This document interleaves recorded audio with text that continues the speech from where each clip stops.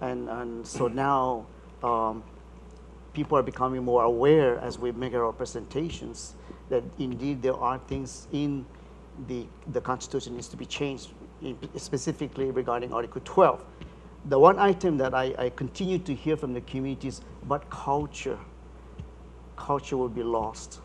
And I'd like to ask you, John, and Senator Fricka, what do you all think of culture and land? How is that tie in? Okay, may I first volunteer my opinion? Land is where the culture of these islands were established, okay? It's the practice of the use of land and the seas around us.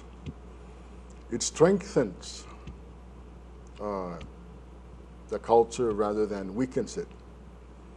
Land, what is referred to as ancestral land, is the very land that we have today, since 4,000 some years ago.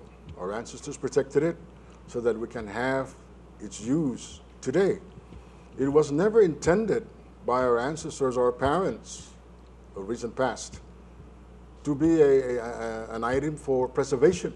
No, it was intended for our salvation. Land is, when you talk about sacred land, this is the land, every island in this archipelago where we live. This is where we establish the culture for the Chamorros, the culture for the Carolinians, you know. In fact, the very basis of land ownership is in the local culture. What we find in under Article 12 is anti-culture, anti-tradition. Since when is it that land is my land and not my land at the same time? You know, the culture allows you to use this land for your own benefit. In recent discussions, we've talked about allowing our people to own their land 100%. That is because, you know, we can stay here all night and talk about the use of land, but none of us can understand what is behind the door of that family's house. They're going to need it for medical purposes. They're going to need it for the education of their children and the likes. And John, I'd like to add that the idea of land being sold is not new. It has taken place way back in the trust territory days. There are families that needed money to bring kids back from school or to send kids to school, medical reasons. I've heard of families selling their property for a pickup truck. So it's, you know, the idea of selling property is not new. It's always been there. However, on Article 12 puts a limit, tremendous limit, an economic hardship, really. In other words, it's the current provision under Article 12.9 is what I call a punitive provision, rather than a transitional provision we could use to enhance the livelihood of people by complete ownership. Now, you mentioned something about cars being exchanged with land. People that owe, you know, businessmen here, or I recall land being exchanged for one cow. Now, this is because the family plans a big wedding. And so they gave away part of the land, 550 square meters, to bring in the cow for, you know, for the use of that wedding. So like you said, it's not new. It has been happening here. Now, regardless of whether you exchange it to an NMD or non-NMD, the fact remains that it eventually goes out of your ownership. And those people still have culture. Sure. Yeah.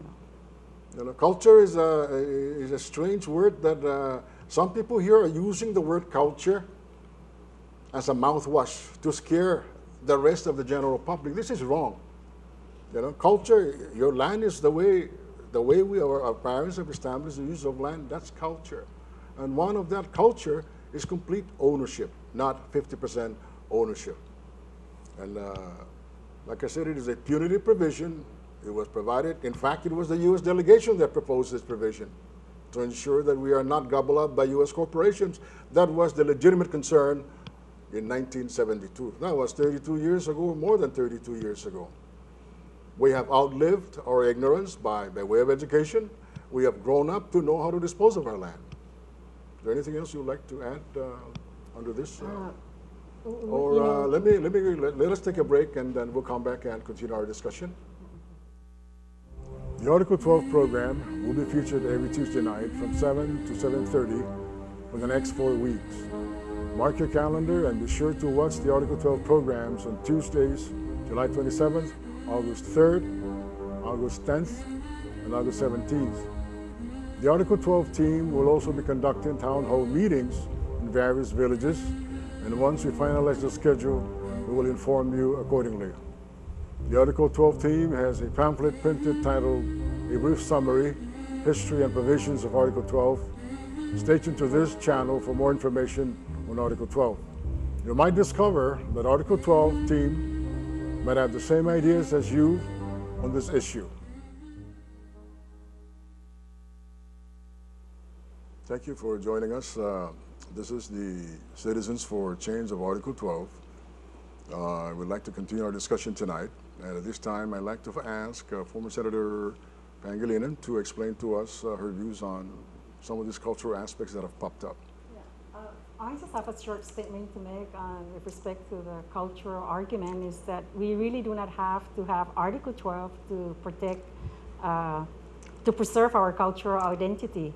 We can still preserve our cultural identity without Article 12.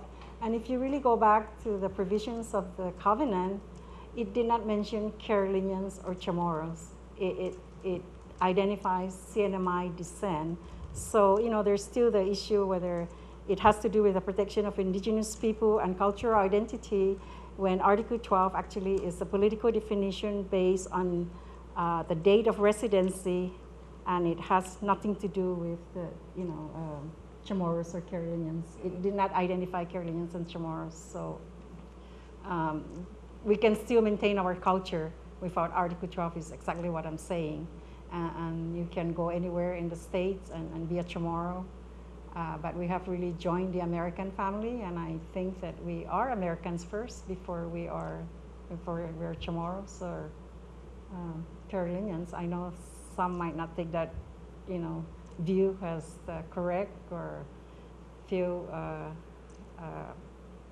it would dispute that statement, but that is my belief. May I just add one comment to what you just said? You know, the preservation of the local culture, the two cultures here, it is really up to us, you know. It's up to us to preserve it. Destitution by denying the landowners their land, complete control of the land, is not cultural. You know, you're trying to breed abject poverty among our people here by denying them their land. That is wrong, morally wrong, and even legally wrong, for that matter. Is there anything else that you'd like to add before we move on to other issues? No.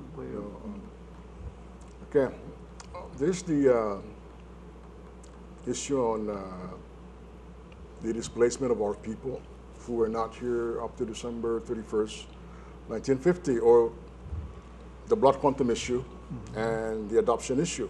You know, the displacement of our people,